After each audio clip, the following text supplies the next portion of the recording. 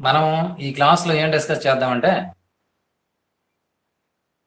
PV solar cell లేదా solar cell యొక్క IV characteristics solar cell యొక్క ఐవి క్యారెక్టరిస్టిక్స్ గురించి డిస్కస్ చేద్దాం.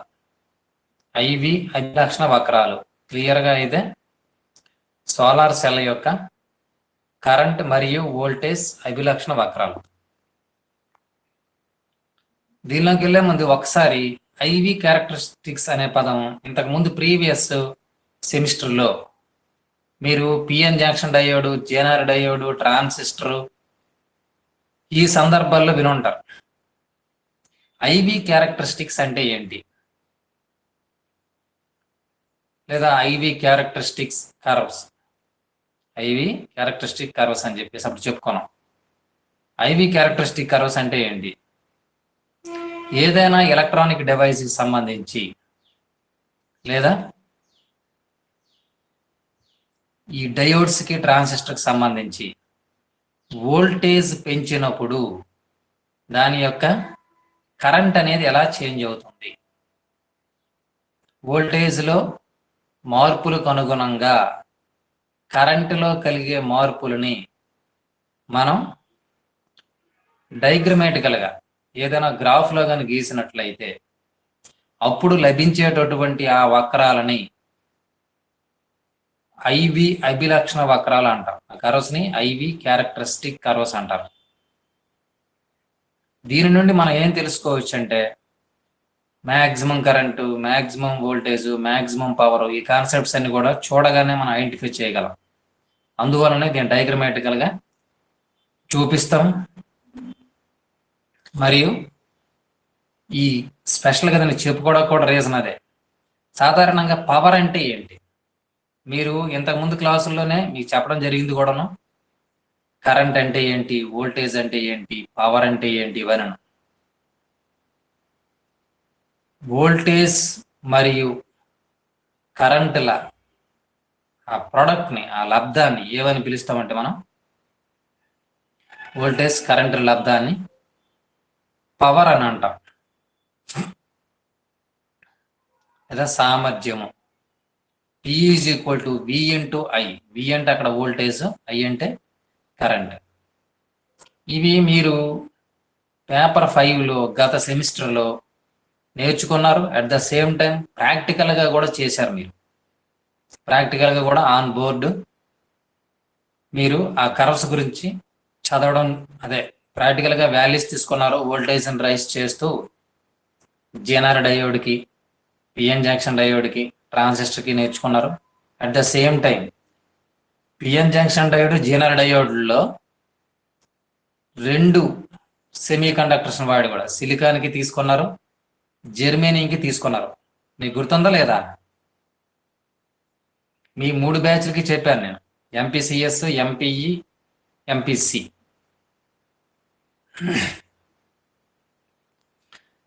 ఇక్కడ మనం 8th పేపర్ C1లో సోలార్ సెల్ యొక్క ఐవి క్యారెక్టరిస్టిక్స్ గురించి డిస్కస్ చేస్తాం. ఈరోజు చెప్పుకోే టాపిక్ అది.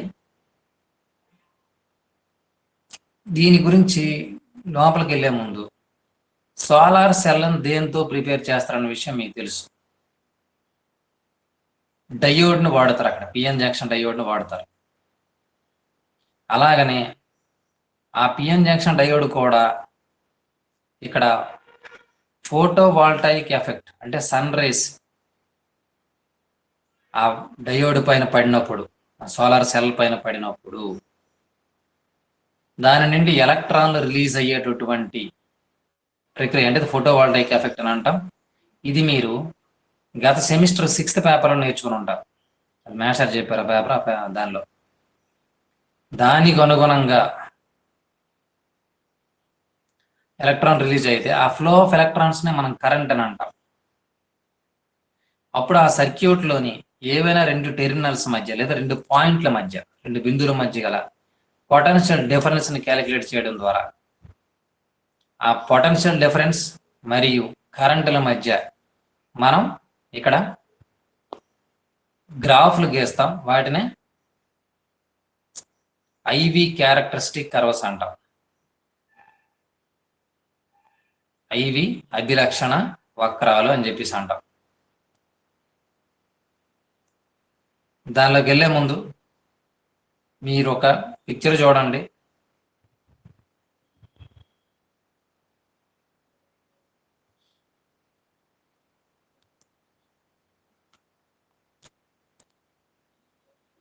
మీకు ఆన్ స్క్రీన్ మీ ఫోన్లో కానీ ల్యాప్టాప్లో కానీ IV characteristics of solar cell అని చూసేమంటారు. దానిపైన చూడండి, ఇక్కడ సోలార్ సెల్ చూపించాడు. ఇక్కడ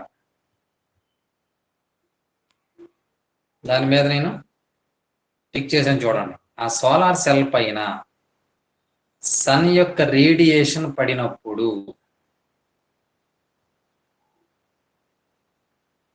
దాని నుండి కరెంటు ఉత్పత్తి, అదే ఎలక్ట్రాన్లు ఉత్పత్తి అవుతాయి. ఆ ఎలక్ట్రాన్ల యొక్క సమూహం లేదా ఎలక్ట్రాన్ల యొక్క ప్రవాహాన్ని మనం కరెంట్ అంటున్నాం.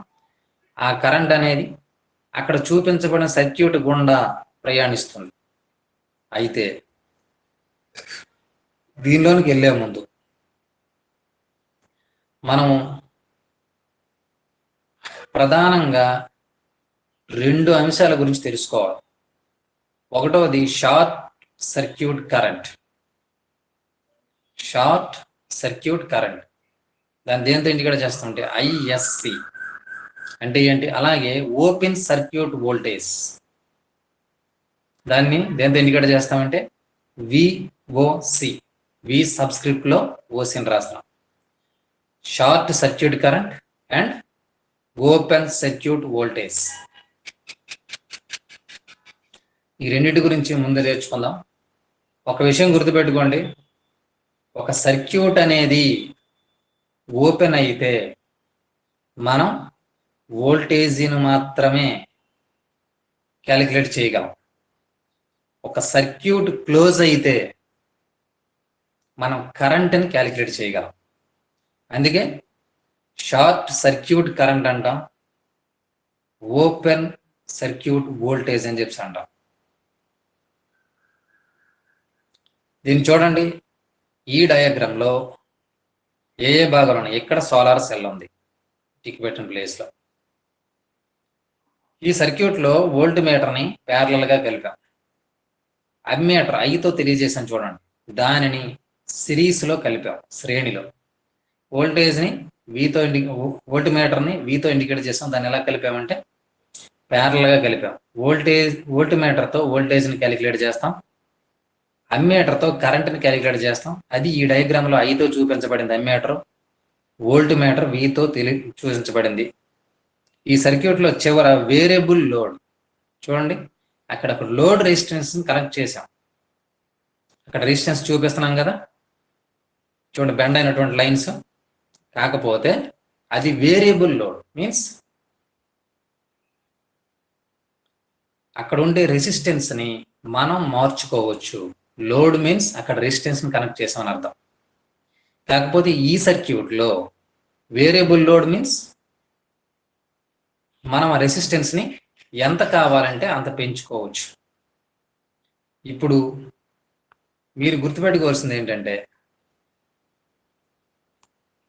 ఆల్రెడీ ఇప్పుడే మీకు చెప్పడం జరిగింది, ఓపెన్ సర్క్యూట్ అంటే ఏంటి, క్లోజ్డ్ సర్క్యూట్ అంటే ఏంటి, ఓసి అంటే ఏంటి, సిఎస్ అంటే ఏంటి. ఇక్కడ పూర్తిగా ఈ ప్రాంతంలో రెసిస్టెన్స్ని 0 చేసేసినట్లయితే ఒక సందర్భం వస్తుంది.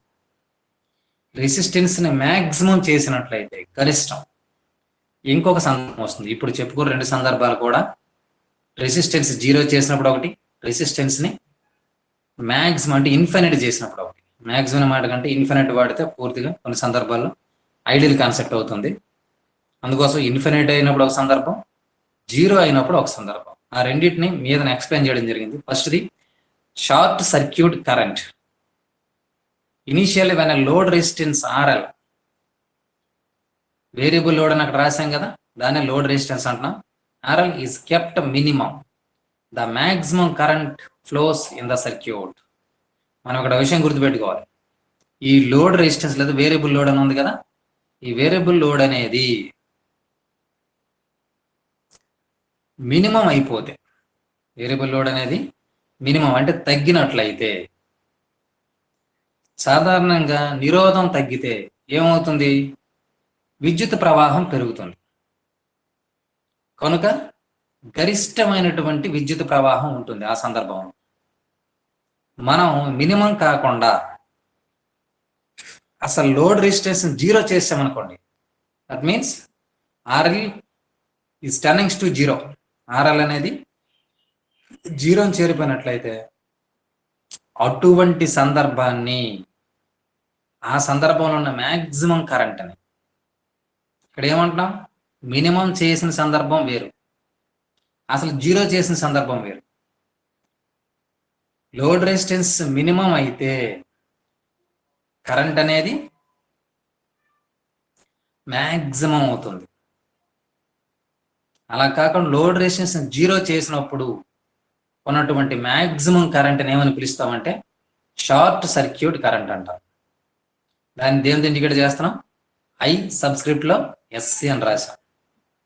Next, open circuit voltage. వోల్టేజ్ని ఎప్పుడు మనం కొలవగలం? ఏదైనా ఒక సర్క్యూట్లోని 2 టెర్మినల్స్ మధ్య పొటెన్షియల్ డిఫరెన్సే వోల్టేజ్. అంటే ఆ 2 టెర్మినల్స్ కలిసి ఉండకూడదు. కలిసినాయంటే దాన్ని క్లోజ్డ్ సర్క్యూట్ అంటాం. ఓపెన్ అవ్వాలి సర్క్యూట్ అనేది, ఓపెన్ అవ్వాలన్నట్టు. ఓపెన్ అవ్వాలి అంటే ఏం జరగాలి? రెసిస్టెన్స్ అనేది మ్యాక్సిమం అయిపోవాలి. మ్యాక్సిమం అంటే ఇంకా అసలు ఎలక్ట్రాన్స్ అసలు పాస్ గా, వోల్టేజ్ మ్యాక్సిమం అయినప్పుడు కరెంట్ ఏమవుతుంది? 0 అవుతుంది, లేదా మినిమం అయిపోతుంది. సింపుల్గా వోల్టేజ్ మ్యాక్సిమం అయితే కరెంట్ మినిమం అయిపోతుంది. వోల్టేజ్ని మనం అక్కడ మనం రెసిస్టెన్స్ని పెంచితే వోల్టేజ్ పెంచినట్లు లెక్క. రెసిస్టెన్స్ని ఇన్ఫైనైట్ చేసామనుకోండి, resistance is turnings to infinity, ఆటోమేటిక్గా voltage is maximum, then current is 0. Current ఏమైపోతుంది? 0 అయిపోతుంది. ఆ మ్యాక్సిమం వోల్టేజ్ ఎప్పుడైతే ఉంటుందో ఆ వోల్టేజీకి ఏ సందర్భంలో? రెసిస్టెన్స్ ఇన్ఫినిటీ అయినప్పుడు వచ్చినటువంటి మ్యాక్సిమం వోల్టేజీని ఓపెన్ సర్క్యూట్ వోల్టేజ్ అంటారు. ఓపెన్ సర్క్యూట్ వోల్టేజ్ అంటారు. దాన్ని VOCతో ఇండికేట్ చేస్తాం. ఇప్పుడు చూడండి, variation of I with V. As the load resistance increased, the voltage across the load resistance RL is increased and the current starts decreasing. Already ఇప్పుడు నేను చెప్పిందే అక్కడ మనం ఎక్స్ప్లెయిన్ చేయడం జరిగింది, రాయటం జరిగింది. లోడ్ రెసిస్టెన్స్ పెంచాం మీన్స్ లోడ్ రెసిస్టెన్స్ పెరుగుతుంది, మీన్స్ కరెంట్ అనేది తగ్గిపోతూ ఉంది. ఆ లోడ్ రెసిస్టెన్స్ని మనం ఇన్ఫైనైట్ చేసామనుకోండి, అనంతం చేసామనుకోండి, the current is very small and the voltage across the load is maximum. Current అనేది చాలా చాలా తక్కువైపోతుంది, ఆ వోల్టేజ్ అనేది అక్రాస్ ద లోడ్ ఏమవుతుందంటే గరిష్టమైపోతుంది. ఈ సందర్భమే VOC అంటాం మనం. చూడండి, దానిని ఫిగర్లో ఎలా గీశారనేది ఒకసారి చూడండి. ఇక్కడ చూడండి, కరెంట్ అనేది Y యాక్సిస్ పైన, వోల్టేజ్ని X యాక్సిస్ పైన తీసుకొని డ్రా చేసినప్పుడు ఆ డాటెడ్ లైన్స్ కాకుండా ఆ సాఫ్ట్ లైన్ అని చూడండి, అటువంటి కర్వ్ వస్తుంది. ఇది దేనిని ఇండికేట్ చేస్తుందంటే IV క్యారెక్టరిస్టిక్ కర్వ్స్ని తెలియజేస్తుంది. అంటే వోల్టేజ్ పెంచినప్పుడు లేదా వోల్టేజ్ వేరైనప్పుడు, పెంచడమే కాదు వోల్టేజ్ అనేది మారుతున్నప్పుడు కరెంట్ అనేది ఎలా మారుతుందో తెలియజేసినటువంటి కర్వ్ అది. దీనిలో చూడండి, వోల్టేజ్ అనేది 0 అయిపోతే, అంటే ఇక్కడ కరెంట్ అనేది ఐఎస్సి, అది మ్యాక్సిమం.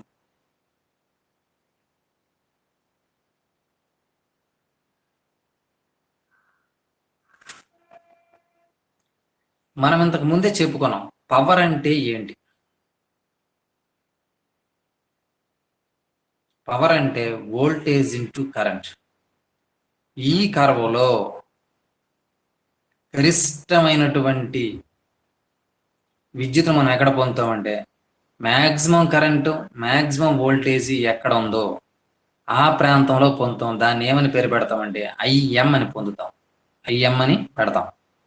చూడండి, ఈ పాయింట్ దగ్గర మ్యాక్సిమం పవర్ను మనం పొందుతాం, ఎందుకంటే అక్కడ కరెంట్ అనేది హైయెస్ట్ అవుతుంది, అలాగనే వోల్టేజ్ కూడా హైయెస్ట్.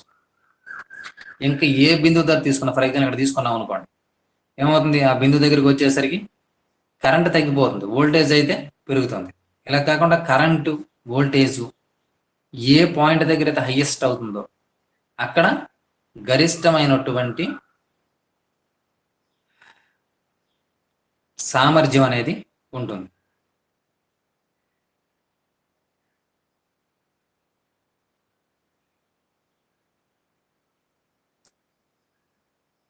అయితే ఆ బిందువు నుండి ఎక్స్ యాక్సిస్ మీద డ్రా చేసినట్లయితే మ్యాక్సిమం వోల్టేజ్, వై యాక్సిస్ మీద డ్రా చేసినట్లయితే మ్యాక్సిమం కరెంటు వస్తుంది. మీరు ఇక్కడ గుర్తుపెట్టుకోవాల్సినటువంటి ఈ 5 పాయింట్లను గుర్తుపెట్టుకోండి. పిఎం అంటే మ్యాక్సిమం పవర్, విఎం అంటే మ్యాక్సిమం వోల్టేజ్, ఐఎం అంటే మ్యాక్సిమం వోల్టేజ్, ఐఎస్సి అంటే షార్ట్ సర్క్యూట్ కరెంట్, అది విఓసి అంటే ఓపెన్ సర్క్యూట్ వోల్టేజ్.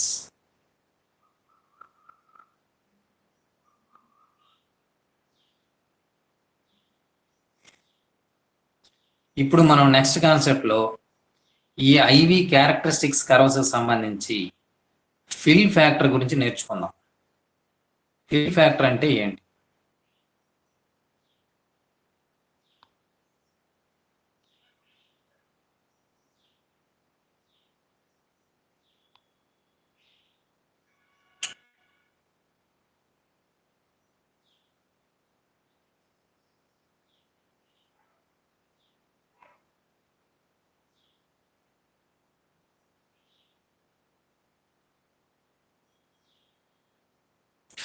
చూడండి, ఇక్కడ ఫిల్ ఫ్యాక్టర్ అంటే ఏంటి? ఫిల్ ఫ్యాక్టర్ అంటే మ్యాక్సిమం యూజ్ఫుల్ పవర్కి ఐడియల్ పవర్కి మధ్య గల రేషియోనే ఏమంటామంటే ఫిల్ ఫ్యాక్టర్ అంటాం. అయితే ఫిల్ ఫ్యాక్టర్ దేనికి ఉపయోగపడుతుందంటే ఒక సోలార్ సెల్ యొక్క క్వాలిటీని ఎస్ఎస్ చేయడానికి లేదా మెజర్ చేయడానికి, ఎంత క్వాలిటీ కలిగినటువంటి సోలార్ సెల్ అని చెప్పి ఒక సోలార్ సెల్ని మనం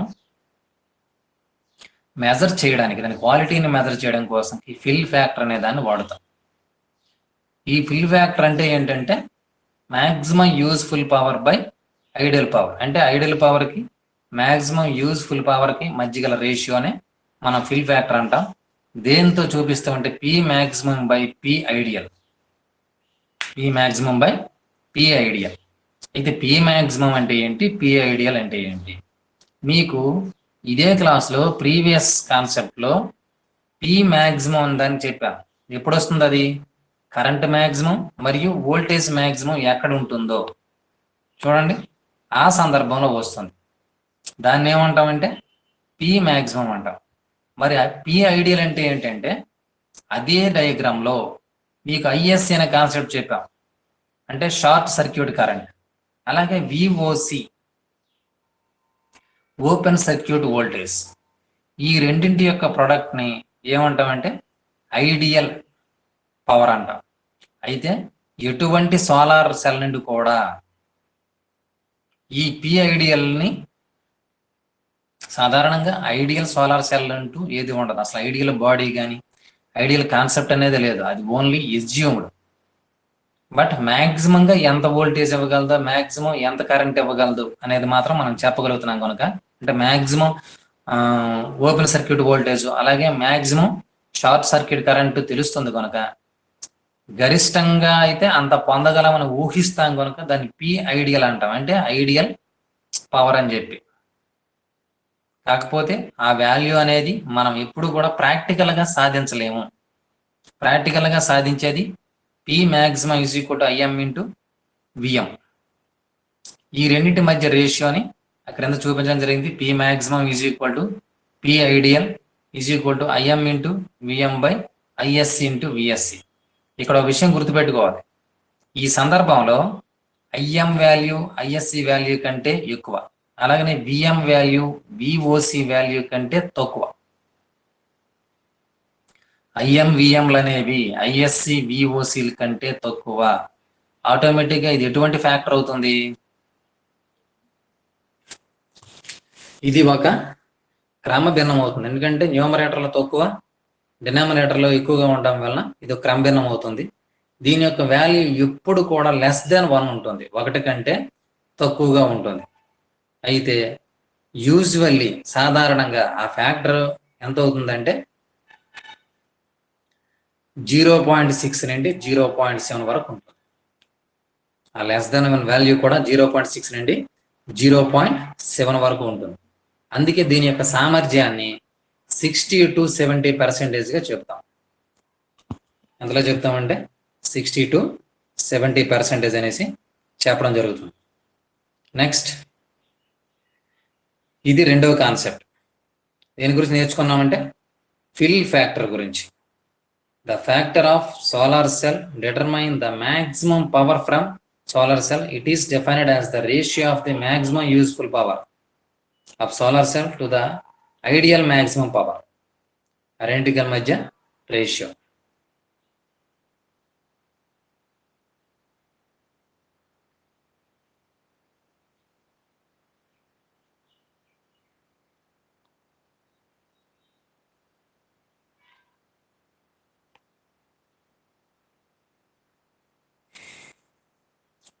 next, efficiency of solar cell. ముందు నేర్చుకున్నది ఫిల్ ఫ్యాక్టర్.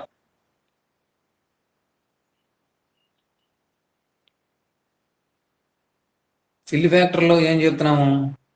మ్యాక్సిమం పవర్కి మరియు ఐడియల్ పవర్కి మధ్య గల రేషియో గురించి డిస్కస్ చేసాం. మరి ఈ సందర్భంలో ఏం చెప్తాం? మ్యాక్సిమం పవర్కి మ్యాక్సిమం యూస్ఫుల్ పవర్, అంటే మనం ఎంత పవర్ను ప్రొడ్యూస్ చేసామో దానికి. ఇన్సిడెంట్ లైట్ పవర్, సూర్యుడి నుండి వచ్చేటటువంటి ఇన్పుట్ ఎనర్జీ ఎంత దాని మీద ఇన్సిడెంట్ అయింది అనేటటువంటి రేషియోనే ఏమంటామంటే efficiency of the solar cell అంటున్నాం. దేంతో ఇండికేట్ చేస్తామంటే ఈటాతో. Eta is equal to IM into VM by instant light power. IM into VM by instant light power. Definite ఇచ్చాడు కదా, efficiency of solar cell is defined as the ratio of energy output from the solar cell to input energy from the sun. Usually the voltage developed by the solar cell of order 0.6 volt and the efficiency conversion is about 15 to 21% for silicon cells. యాక్చువల్గా voltage ఎంత develop చేయబడుతుంది? 0.6 volts. దాని efficiency ఎంత ఉంటుందంటే 15 to 21% ఉంటుంది అన్నట్టు.